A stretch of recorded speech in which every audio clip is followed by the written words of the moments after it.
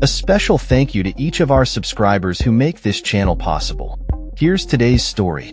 In a shocking turn of events, a devastating plane crash near Reagan National Airport has left 67 individuals presumed dead, prompting President Donald Trump to appoint Chris Rocheleau as the acting head of the Federal Aviation Administration, FAA.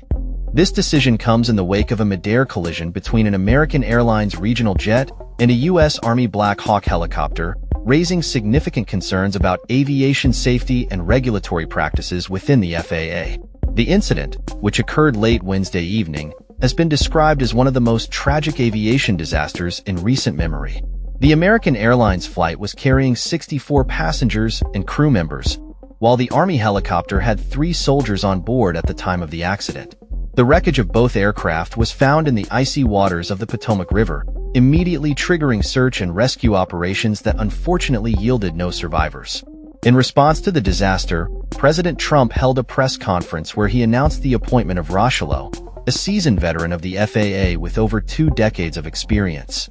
Rocheleau previously served as the CEO of the National Business Aviation Association and has held various leadership roles within the FAA, including Director of Emergency Operations and Investigations. Trump praised Rocheleau as a highly respected individual, emphasizing his capability to lead the agency during this challenging time.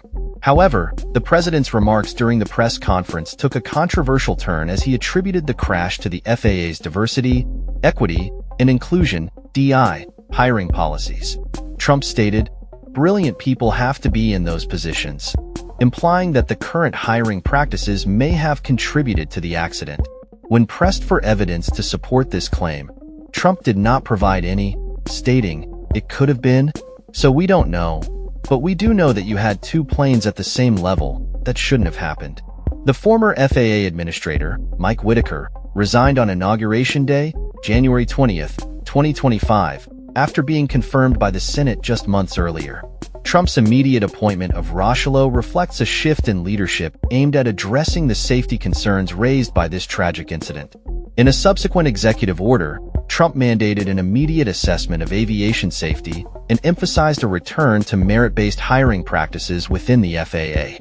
He criticized the previous administrations of Joe Biden and Barack Obama for what he described as crazy DI policies that he claims undermine safety and competence in aviation. The memorandum accompanying the executive order highlighted a biographical questionnaire introduced during the Obama administration, which shifted the focus away from objective aptitude in hiring. Trump's comments have sparked a heated debate over the role of DI initiatives in federal agencies, with critics arguing that such policies are essential for promoting diversity and inclusion within the workforce. Supporters of Trump's stance, however, argue that prioritizing competence and safety is paramount, especially in a field as critical as aviation. As the investigation into the crash unfolds, Rocheleau's leadership will be closely scrutinized.